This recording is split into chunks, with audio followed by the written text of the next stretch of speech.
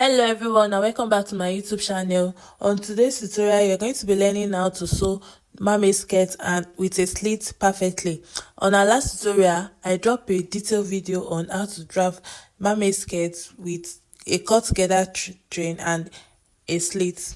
Now, to get started, we are going to be placing our fabric right face facing each other, the front and the back piece together. So I'm using a duchess fabrics, and you know how this material can be, so I'm just going to place it to get mine together first, and I will pin it down. And remember, this skirt has a slit at the front and we have already cut it to the front into two, so I'm going to be joining the front together first to the slit point, to where I want my slit to start from. So that's what I will join first before I place my back or my front pattern. I hope you understand. So I'm just going to join with half inches to the point that I want my slit to get to. So after that, I'm going to be top stitching on that area, and I will take that place to my ironing table later and open it up and also fold in the half inch down to the hem. So after doing that, I'll also take my back to, and I'm going to use a loose stitch to join this zip allowance. And the reason I will be joining that, because this material is very shaking, so if you don't want to run a loose stitch on your zip allowance first, you can as well use a pin to pin it down. So I'm just going to be marking my zip allowance. I'm using 1.5 inches, so I'm going to run a loose stitch away where I want my zip to stop. Then from there, I'm going to tighten my machine back, then close up the down part. So watch carefully how I'm doing mine. So I'll just be marking from where I want my zip to stop. Then I'll be marking 1 inches to connect with my knee point. Then from there, I'm going to be sewing it down to the hemline. Watch how I'm doing mine and you are going to understand. If you are enjoying my video and you are learning one or two things from me, please don't forget to subscribe to my channel and like my video. So after joining it now, I'm going to place the back and the front piece together, right face facing each other. So I'm going to be using my pin to hold the sides together. Please ensure you do this so that your fabric will align together. I hope you understand what I mean. So take your time to pin it together like I'm doing mine. So after pinning the both sides together, I'm going to be placing it down to take my body circumference divided by 2. So I'm going to be starting from the waist, my waist divided by 2. Then I'm going to mark it there, and whatever I'll mark it. Then I'll place my table to mark what I have left. You can see I have 4 inches. So I'll divide that 4 into 2, then I'll mark it at one side. That means I mark 2 there.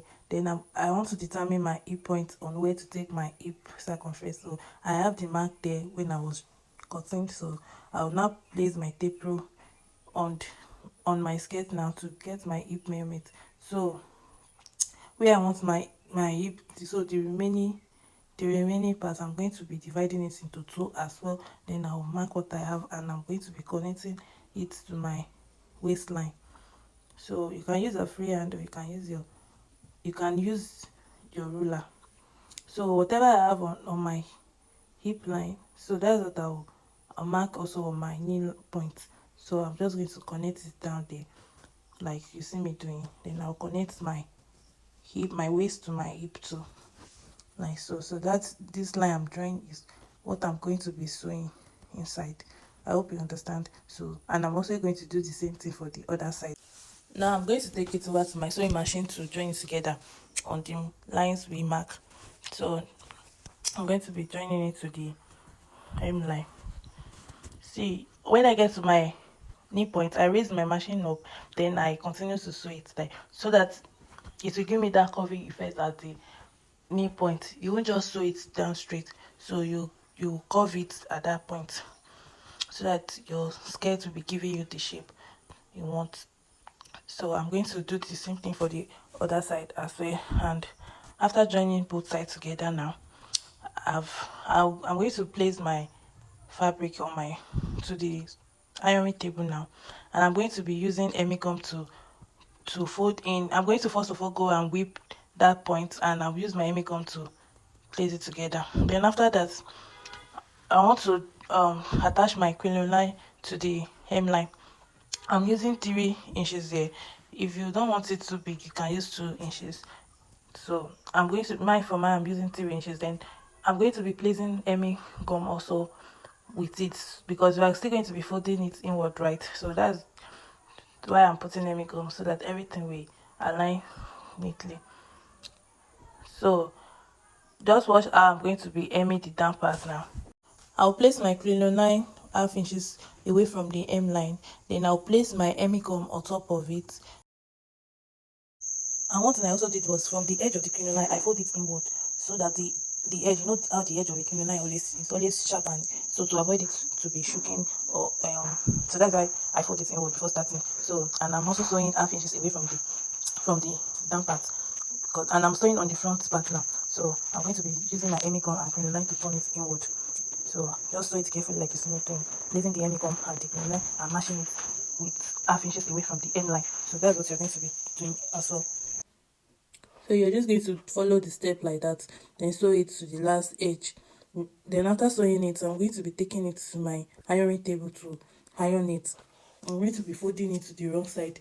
I mean the crinoline that is stitched on the right side, I'm going to be folding it to the wrong side. That's why I'm sewing 1/2 inches above from the edge. So that I'm going to be using it to turn it inside. I hope you understand my explanation. So from the edge, I'm also going to fold in the excess inside, so that the shooky part will not be outside. So I'm going to stitch it to the edge like so. Then I'll take it to my iron table and do everything. So after ironing now, I'm going to fold it like so, and I'll press it. I'll press it at the wrong side of the fabric. So this is what I'm just going to be doing. So this is how you achieve a clean finishing on your mermaid skirts that don't have a lining. So this is what you're going to do.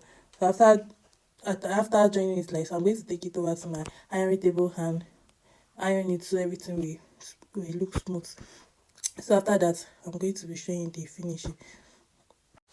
And remember, this is a gown, so I'm going to be attaching it to my corset top, and I'm going to be showing you the finished look. So this is the finished look. This is how I rock it for my birthday. So don't forget to like, subscribe and comment. Bye. See you in my next video.